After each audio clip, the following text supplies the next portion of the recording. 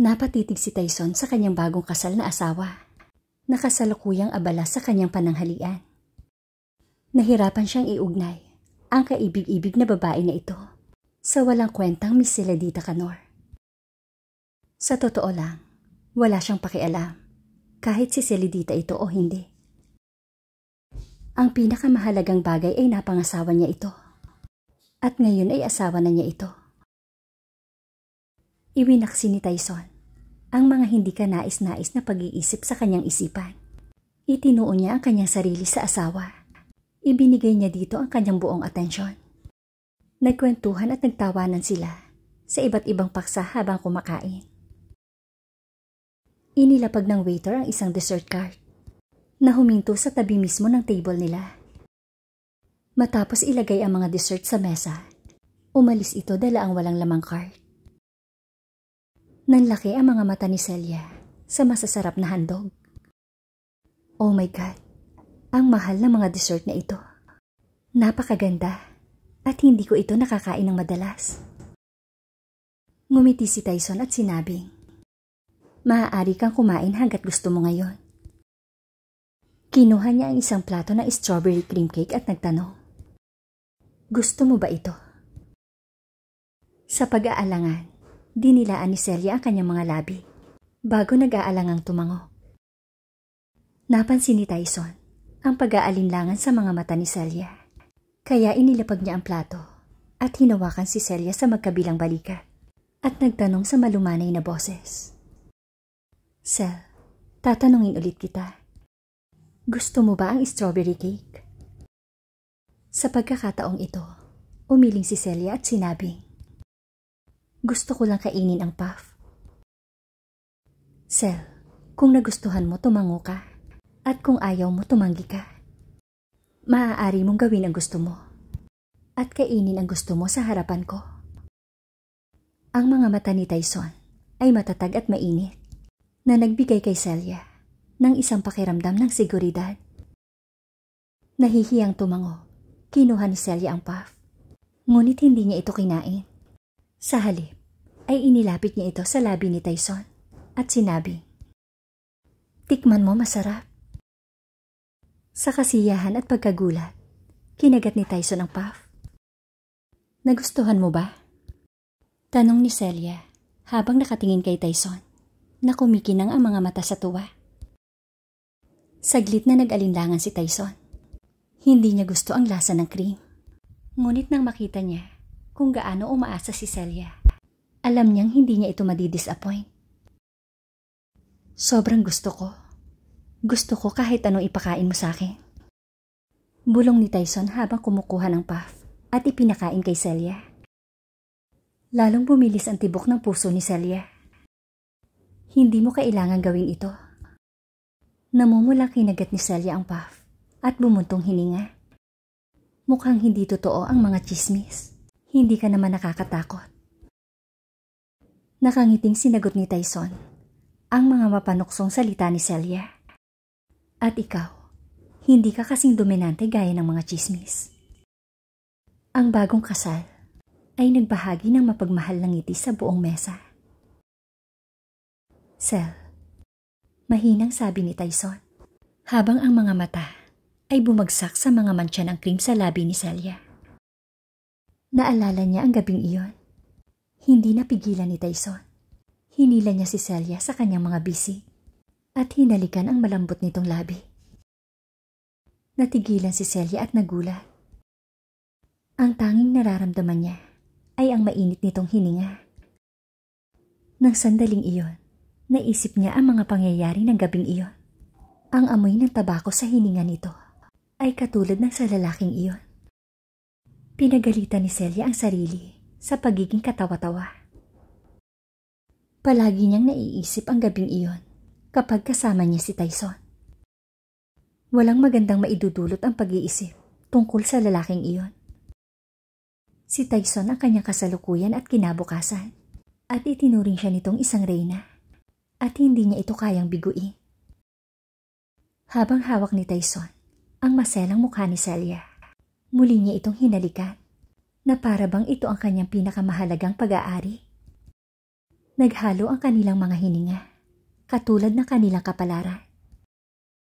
Bahagyang napaungol si Celia at mahigpit na napahawak sa damit ni Tyson. Mas masarap ang halik na pinagsaluhan nila kesa sa mga pinagsama-samang dessert sa mesa. Ito ay hindi lamang madamdami, ngunit puno rin ng pagmamahal at pag-asa. Hindi huminto si Tyson hanggang sa malagutan siya ng hininga. Yumuko siya. Iginalaw niya ang kanyang ulo hanggang sa dumampi ang labi niya sa tenga ni Celia. You look so adorable kapag namumula ka. Ang puso ni Celia ay dumagundong ng hindi maayos habang siya ay nakahiga na tila paralisado sa mga bisig ni Tyson. Sinusubukan niyang pakalmahin ang kanyang pusong tumitibok. Ipinaalala ni Celia sa kanyang sarili na normal lang sa mag-asawa ang paghalik sa isa't isa. Pinili ni Tyson ang sandaling iyon at marahang hinila si Celia palapit sa kanya bago inilagay ang isang box sa kamay nito. Wedding gift, buksan mo. Binilhan mo ko ng regalo, sabi ni Celia na may ningning sa mga mata. Wala siyang idea. Nagagawa si Tyson ng paraan para iparamdam sa kanya na espesyal siya. Nabigla siya sa pagiging bukas palad ni Tyson. Sana nasurpresa kita. Bilang parangal sa iyong pag-alis mula sa kumpanyang iyon na iyong iniwan ngayon. Here you go. Sabihin mo kung nagustuhan mo. Nakangiting binuksan ni Celia ang kahon. Isang maganda at kompletong brilyante ang kanyang nakita. Nakakasilaw ito gaya ng mga bituin at mga mata ni Tyson. Ito pala ay isang napakagandang singsing na diamante. Nakakita siya ng kapareho nito sa isang magazine at naalala niya kung gaano ito kamahal. Ano ang kahalagahan ng diamond ring na ibinibigay mo sa akin? Nagawa na natin ito nung kasal natin. Naging madilim ang mga mata ni Tyson. Ang Hudson ang naghanda ng singsing na diamante at iyon ay sinadya lamang na gamitin sa seremonya ng kasal. Wala iyong kinalaman sa akin. Ako ang lalaking pinakasalan mo. Siyempre ako mismo ang mag-aabot sa iyo ng singsing. Celia felt sorry for him. Sa kabila ng maliwanag na pagkamuhi nito sa pamilya Hudson, kung tutuusin, kailangan itong magsumikap para makuha ang kanyang pera. Mahal ba ang singsing na ito? Tanong ni Celia. Naunawaan ni Tyson ang iniisip ni Celia at mahinang bumulong. Kapos ako sa pera, kaya ang singsing na ito ay isang fake.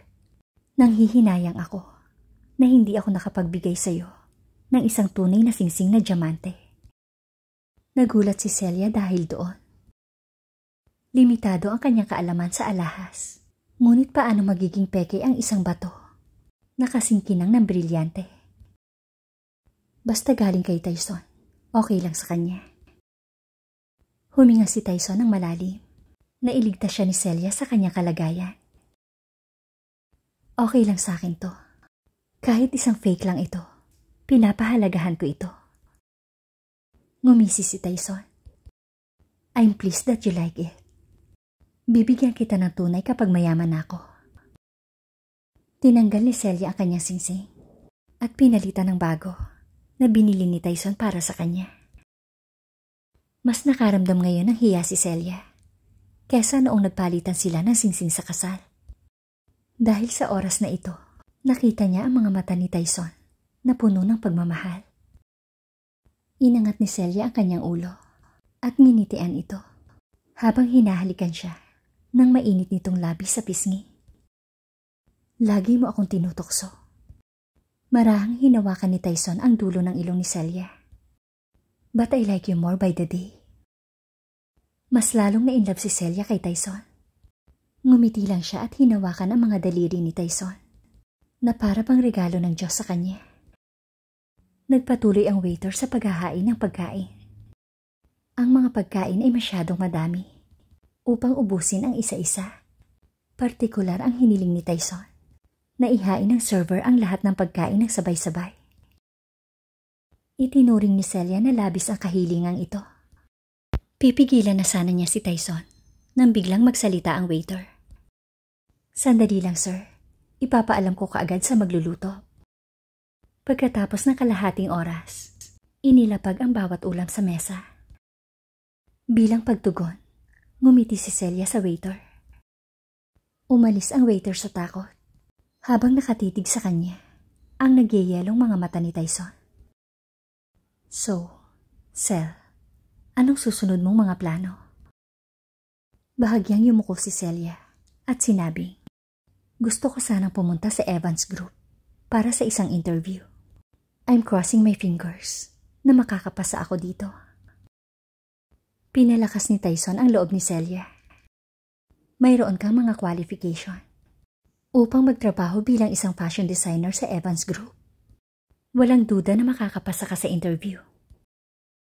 Napakaraming ulam sa mesa, kaya hindi naiwasan ni Celia na mapabuntong hininga. Masyadong marami ang ulam na ito para sa ating dalawa. Hindi natin ito mauubos ng sabay-sabay. Si Wayne ang magbabayad nito. Obviously, we must order more dishes. Hindi tulad ng bastos na si Miss Canor na narinig niya. May ibang impression si Tyson kay Celia. Hindi alintana kung paano ito naghirap sa pamilya Canor. Hindi ito magiging ganoon katipid. Nalungkot siya para kay Celia dahil masasabi niyang pinalaki ito sa hirap. Pinili ni Tyson ang masasarap na pagkain at sinabing, kainin mo yan dahil hindi naman tayo madalas kakain sa labas. Mahirap para kay Celia na tumanggi sa kabutihang loob ni Tyson kahit busog na siya. Hindi niya nais na itapon ang ganoong kamahal na pagkain. Desidido siyang kumain pa, kaya hindi niya ibinaba ang tinidor hanggang sa mabusog siya. Pinunasan ni Tyson ang kanyang bibig, inayos ang kanyang damit, at hinalikan ang malambot na labi ni Celia at tinawag ang waiter nang matapos sila. Tinanggap ni Tyson ang bill mula sa waiter. Nang tingnan ni Celia ang resibo, halos lumundag ang mga mata niya sa pagkamangha. Ito ay isang napakamahal na pagkain. Nagkakahalaga ito ng daang-daang libong piso. Thank you guys for listening and watching. What do you feel beside? I don't know where we're gonna fly like you did sometimes.